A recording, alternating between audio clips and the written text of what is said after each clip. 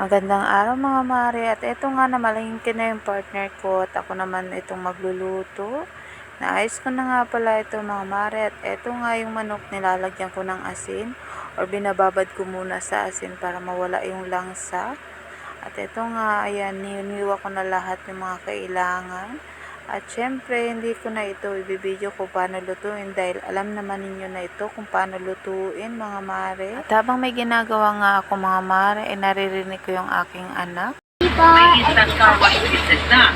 Kahit nakauulag, pwede nang kumita. Saan ka pa? 91, 92,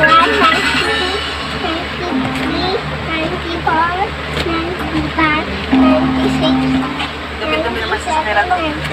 Ang hirap magpalinis. 100! Wash ang dalawa pa. At nagulat nga siya na nakita ako dahil hindi niya alam na binibidyo ko siya. Eto nga, at tinuloy ko na yung aking ginagawa. At ayan nga mga mare, luto na. Salamat sa panonood. Bye! Tara, kain tayo!